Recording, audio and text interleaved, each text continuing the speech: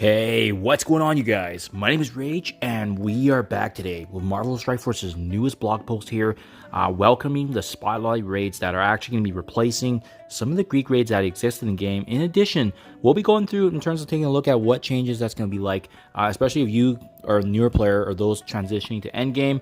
This is ultimately going to impact almost everyone just because of this opportunity to get additional rewards, and it's going to be impacting your growth of your account as well, guys. So pretty big update here. Definitely one of the more significant ones that we've seen as of late, because this is technically a new game mode with it being a brand new raid type. So as you guys can see here, it is going to be a new challenge. The reason why it's called the Spotlight Raid is because it's really meant to be more of the showcase, kind of what we're seeing when new teams are introduced into the game. Well, now you're going to get this opportunity here for the newer teams to actually have more value, because they'll be featured in these so-called Spotlight raids. So what exactly is it going to entail, guys? So first and foremost, similar to what we've seen with the past events, this is actually going to have multiple difficulty levels, right? So there's actually going to be a normal, difficulty 1, difficulty 2.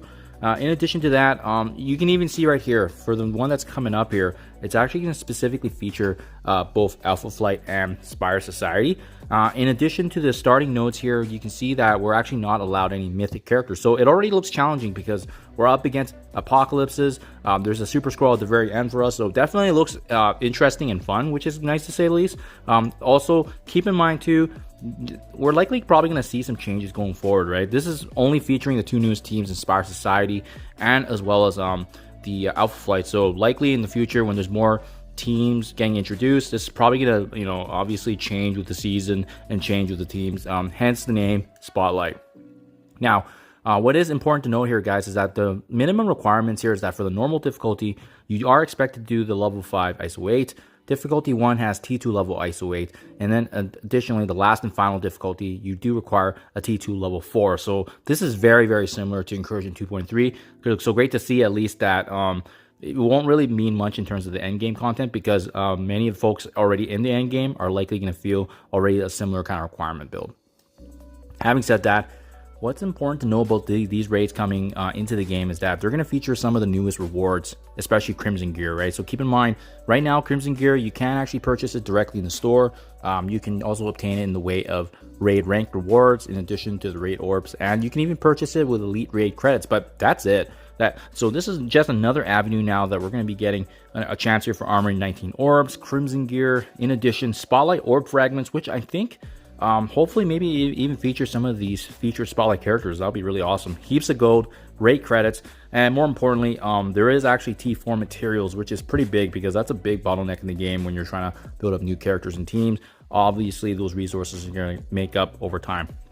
So it is actually a big farewell here, as you guys can see, to both the Gamma and the Beta raids, but they are keeping the original Alpha raids sticking around. So that's good, because I do think that leaving some of these around is going to be good for that new player transition, especially for those that are new to the game, still needing those initial materials. So I'm really happy with this kind of change. They probably took in the feedback from folks that first saw this previously being announced, and it is great to get this confirmation now that one of them is going to remain, whereas both Gamma and as well as the Beta are going to disappear.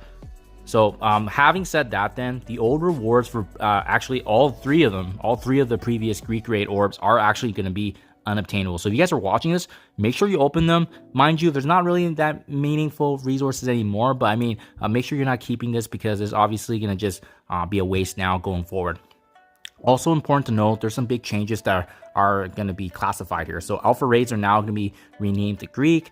Alpha Raid and Energy are now purple, in addition to the purple Raid Energy. So some color changes are going to happen. I think this is meant to really separate what is going to be Incursion and then what is going to be known as obviously the new raids going forward here, especially with the Spotlight raids. There's also adjustment to rewards. So you can see here, Greek and Spotlight raids are going to utilize this new purple raid, which I've already touched on. In addition to that, these new Spotlight raid orbs, I think this is going to be the most interesting. It guarantees 5 shards of Void Knight in each orb right now. So this is kind of what they alluded to before.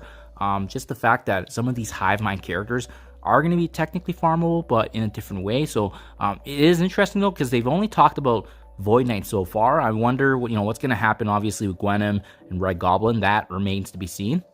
Having said that as well, guys, green raids are typically going to yield gear, but while purple raids are also going to focus on the ability material. So that's why we got to pay attention to these different raids going on, because obviously they're going to have different rewards. So something to be mindful of going forward into the future here. But more importantly, I'm going to be interested in T4s, and that's actually going to be coming from the purple raids. Once again, that's tied back to the new kind of Greek raid setting here that's going to be available, right? So something to be mindful of when we're seeing how these changes unfold. In addition to that, they do comment here that gear, orb fragments, and gold are going to be replaced by more versatile raid credits and gold. So hopefully that's going to be obviously improving the economy of the game. I know I'm definitely excited for changes, because this gives us more reason now to build up some of these teams that are already seen as unskippable when they're first introduced, especially now that we have, you know, the full Alpha Flight confirmed, and we know the Spire Society is going to have value as well. So guys, big changes. Let me know what you think, comments below. But Spotlight raids look challenging so far. It's actually coming pretty quick here, end of the month on May 29th, so shortly after everything's going on with Old Man Logan. Definitely exciting times for sure. Let me know what you think in the comments below, guys, but definitely always an exciting time when you do have new content coming to the game, especially one that features new teams coming into the game. Thank you for your time as always, guys, and I'll catch you guys in the next one.